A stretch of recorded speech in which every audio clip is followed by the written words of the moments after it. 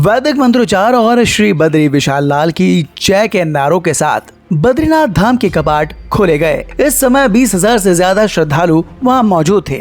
इससे पहले ब्रह्म मुहूर्त में मंदिर के बाहर गणेश पूजन हुआ। इसके बाद पुजारियों के द्वारा पूजा की गई। मंदिर का कपाट 3 चाबियों से खोला गया। कपाट खुलते ही पहले दर्शन अखंड ज्योति के हुए। ये 6 महीने से जल रही थी। इसके बाद बद्रीनाथ पर चढ़ा हुआ घी से बना कंबल हटाया गया, जो 6 महीने पहले कपाट बंद होने के समय भगवान को ओढ़ाया जाता है।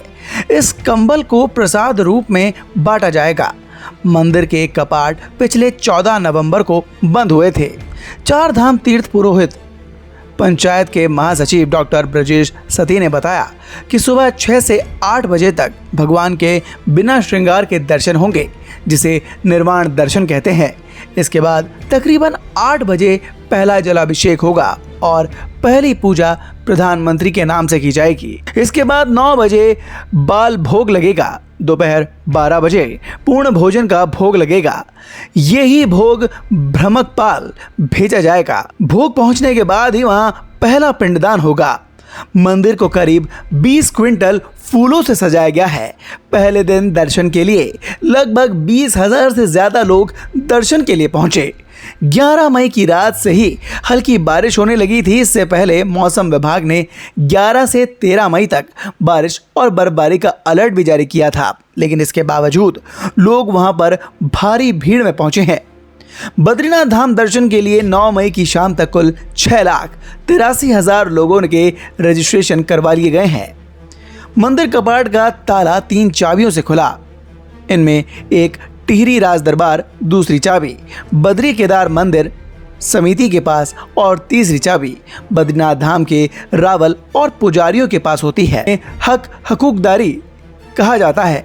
इससे पहले 11 मई को सुबह भगवान बद्रीनाथ की डोली पंडुकेश्वर मंदिर से रवाना हुई। पालकी में गरुड़ जी और शंकराचार्य की गद्दी थी। पंडुकेश्वर मंदिर से डोली में कुबेर और उद्धव जी की चलित प्रतिमा भी शामिल थी। डोली के साथ मंदिर के रावल ईश्वर प्रसाद नंबूदरी और शंकराचार्य अभय मुक्तेश्वर आनंद सरस्वती थे। डोली 11 की शाम को मंदिर पहुंची। अब बात करें मंदिर से जुड़े कुछ धार्मिक महत्व और इसके इतिहास की, तो बता दें कि उत्तराखंड के चमोली जिले में ये मंदिर समुद्र स्तर से 3,133 मीटर की ऊंचाई पर बना हुआ है। हर साल करीब 10 लाख श्रद्धालु बद्रीनाथ धाम पहुंचते हैं। मंदिर में भगवान विष्णु की बद्री नारायण स्वरूप की 1 मीटर की मूर्ति स्थापित है, जो श्री हरि के स्वयं प्रकट हुई 8 प्रतिमाओं में से एक मानी जाती है। मान्यता है कि भगवान विष्णु ध्यान करने के लिए एक शांत और प्रदूषण मुक्त जगह की तलाश में यहाँ पहुंचे थे। इतिहास के मुताबिक बद्रीनाथ धाम को आदि शंकराचार्य ने 9वीं शताब्दी में स्थापित किया था। कहा तो ये भी जाता है कि आदि शंकराचार्य ने ही अलकनंदा नदी से बद्रीनाथ की मूर्ति निकाली थी। इस मंदिर का वर्णन स्कंदगुप्त और विष्णु पुराण में भी मिलता है। मंदिर के वैदिक काल 1750-500 ईसा पूर्व में भी मौजूद होने के बारे में पुराणों में बताया गया है। भगवान बद्रीनाथ का तिल के तेल से अभिषेक होता है। इसके लिए तेल टिहरी राज परिवार से आता है। बद्रीनाथ टिहरी राज परिवार के आराध्य देव हैं। मंदिर की एक चाबी राज परिवार के पास होती है। बद्रीनाथ के पुजारी शंकराचार्य के वंशज होते हैं और वो रावल कहलाते हैं। केरल स्थित राघवपुरम गांव में नंबूदरी संप्रदाय के लोग रहते हैं और इसी गांव से रावल नियुक्त किए जाते हैं। इसके लिए इंटरव्यू भी होता है, यानी शास्त्रार्थ किया जाता है। रावल आजीवन ब्रह्मचारी रहते हैं। आपको ये भी बता दें कि इस बार रिकॉर्ड तोड़ भीड़ वहां पर दर्ज की गई। 4 धाम यात्रा के दूसरे दिन यानी कि शनिवार को केदारनाथ धाम में 22,000 श्रद्धालु पहुंचे। गंगोत्री में आंकड़ा 5,277 रहा। लेकिन उत्तराखंड की भौगोलिक परिस्थितियां आपको कभी भी संकट में डाल सकती हैं। कुछ ऐसा ही शुक्रवार शाम यमुनोत्री धाम में हुआ। समुद्री तल से तकरीबन 10,000 फीट ऊपर जानकी चट्टी से यमुनोत्री मंदिर तक का 5 से 6 फीट चौड़ा और 4 किलोमीटर लंबा रास्ता बेहिसाब भीड़ से जमा हो गया। चारधाम यात्रा का पहला दिन था, इसलिए ज्यादा से ज्यादा स्थानीय नागरिक अपने देवी देवताओं के दर्शन के लिए पहुंचे थे। ऊपर से बाहरी श्रद्धालुओं के आने से हालत बिगड़ गए। एक दिन में रिकॉर्ड तोड़ 13,000 लोग वहां पहुंचे। शाम 4 बजे करीब 8,000 श्रद्धालु 4 किलोमीटर के रास्ते पर फंस गए, जबकि इस मार्ग की क्षमता एक बार में 1 से 2,000 यात्रियों की है।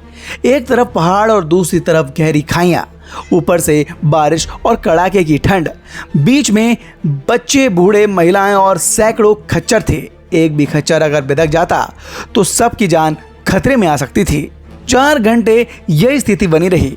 आखिर में एनडीआरएफ ने मोर्चा संभाला और जानकी चट्टी से आने वाले लोगों को रोका गया ताकि हालत को नियंत्रण किया जा सके। जो श्रद्धालु ऊपर फंसे थे उन्हें मानव श्रृंखला बनाकर पहाड़ के किनारे किनारे रास्ते बनाकर निकाला गया।